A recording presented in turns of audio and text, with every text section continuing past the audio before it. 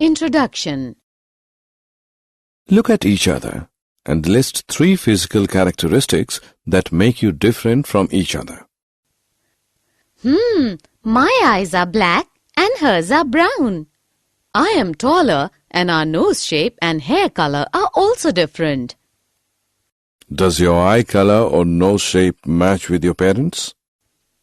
Yes, my father's eyes are also brown. What essentially makes us different? The DNA. Correct. Today we will learn how does DNA creates its copies to get transformed and expresses same characters in the parents and their offsprings. Objectives. At the end of this lesson, you'll be able to understand the process of replication and its importance, understand the semi-conservative nature of RNA replication, identify genetic code, understand the process of transcription, and finally, understand the process of translation. What is DNA replication? DNA replication refers to the process of copying a DNA molecule.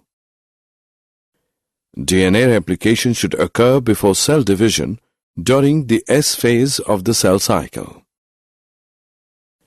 In double-stranded DNA, replication is possible because each strand serves as a template for a complementary strand.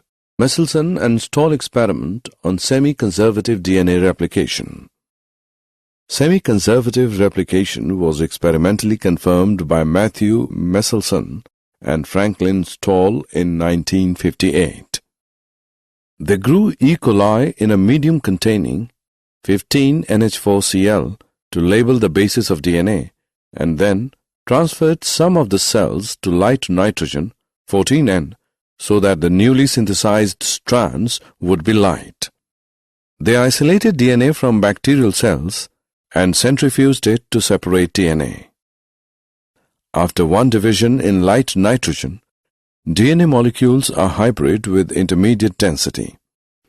After 2 divisions, DNA molecules separated into 2 bands, one for light DNA and one for hybrid DNA. This confirmed that DNA replication is semi-conservative. Mechanism of replication. The process of DNA replication begins at the origin of replication during S phase of cell cycle.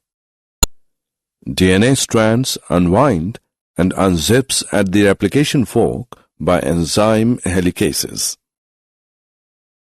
As a result, 2 separate strands are made available to act as templates.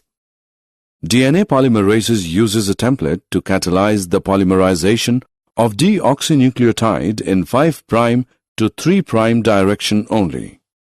Thus, continuous replication occurs on one strand with polarity 3' to 5', and discontinuous replication on the other strand with polarity 5' to 3'. The discontinuously synthesized fragments are later joined by the enzyme DNA ligase. Transcription. The process of copying genetic information from one strand of the DNA into RNA is termed as transcription. Gene in the transcription unit. A gene is defined as a functional unit of inheritance. Cistron is defined as a DNA segment that codes for polypeptides. In eukaryotes, structural gene is monocistronic. In prokaryotes, structural gene is polycistronic. Monocistronic genes have interrupted coding sequences in the form of exons and introns. Exons. Exons are said to be those sequences that appear in mature or processed RNA. Introns. Introns are the intervening sequences do not appear in mature or processed RNA. Types of RNA. There are 3 types of RNA required to synthesize a protein in a cell: mRNA, tRNA, and rRNA, mRNA or messenger RNA provides template by carrying coded base sequence from nucleus to ribosomes. tRNA or transfer RNA carries amino acids to the ribosomes, reads the genetic code. rRNA or ribosomal RNA plays structural and catalytic role during translation. Process of transcription in bacteria. The process of transcription involves the following steps. Initiation. Initiation factor helps in the initiation of transcription. RNA polymerase binds to DNA at the promoter. DNA helix is unwound, exposing the template strand. Elongation. mRNA is synthesized using one strand of DNA as a template in 5' to 3' direction. As elongation proceeds, RNA polymerase moves along the DNA, synthesizing mRNA. The previously transcribed DNA rewinds. RNA reaches the termination sequence at the end of the chain. Termination. Using termination factor, transcription terminates. mRNA and RNA polymerase are released. Process of transcription in eukaryotes. Along with the basic transcription process, two additional complexities are associated with transcription in eukaryotes. Presence of 3 RNA polymerases in the nucleus. RNA polymerase 1 transcribes rRNAs. RNA polymerase 2 transcribes hnRNA. RNA polymerase 3 transcribes tRNA, 5srRNA, and snRNAs. Presence of exons and introns. Introns are removed from the genes by splicing followed by capping and tailing of hnRNA. Assessment. Before proceeding further, let us know how much you have learned. Genetic code. The genetic code is the set of rules by which information encoded in genetic material, DNA or mRNA, is translated into amino acid sequences. The code defines how sequences of 3 nucleotides, called codons, specify which amino acid will be added next during protein synthesis. Salient features of genetic code. Codon is a triplet. 61 codons code for 20 amino acids and 3 stop codons do not code for any amino acid. Each codon is unambiguous and specific for one amino acid. The code is nearly universal among all living organisms. The codon for methionine, AUG, also acts as an initiator codon. Effect of mutation on genetic code. Effect of point mutations that inserts or deletes a base in structural gene can change the amino acid sequence.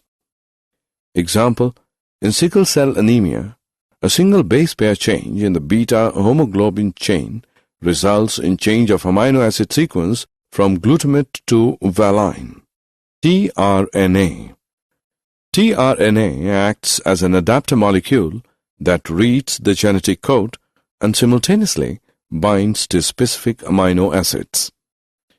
tRNA has an anticodon loop that has bases complementary to the code, and it also has an amino acid acceptor end to which it binds to amino acids.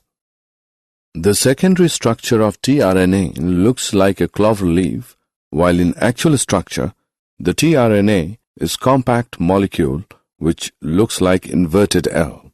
Translation. Translation refers to the process of polymerization of amino acids to form a polypeptide. The cellular factory responsible for synthesizing proteins is the ribosome. Ribosome consists of 2 subunits in its inactive state, small and large subunits. There are two sites in the large subunit for subsequent amino acids to bind to and bring them close enough to each other for the formation of peptide bond. A translation unit in mRNA consists of star codon AUG, stop codon, untranslated UTR regions. Steps of translation. The first phase of translation is known as charging of tRNA or amino acylation of tRNA, which provides energy for peptide bond formation between amino acids. When the small subunit of ribosome encounters an mRNA, it stimulates large subunit to bind to the mRNA at the start codon AUG that is recognized only by the initiator tRNA. Each time a new tRNA comes into the ribosome, the amino acid that it was carrying gets added to the elongating polypeptide chain. At the end, a release factor binds to the stop codon, terminating translation and releasing the complete polypeptide from the ribosome. Did you know?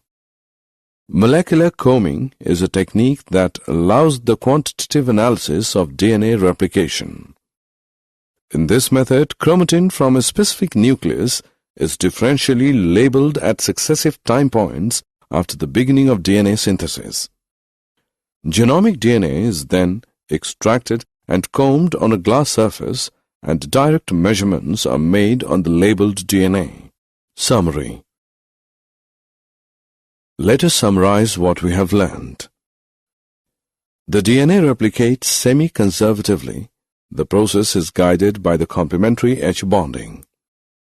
During transcription also, one of the strands of DNA acts as a template to direct the synthesis of complementary RNA.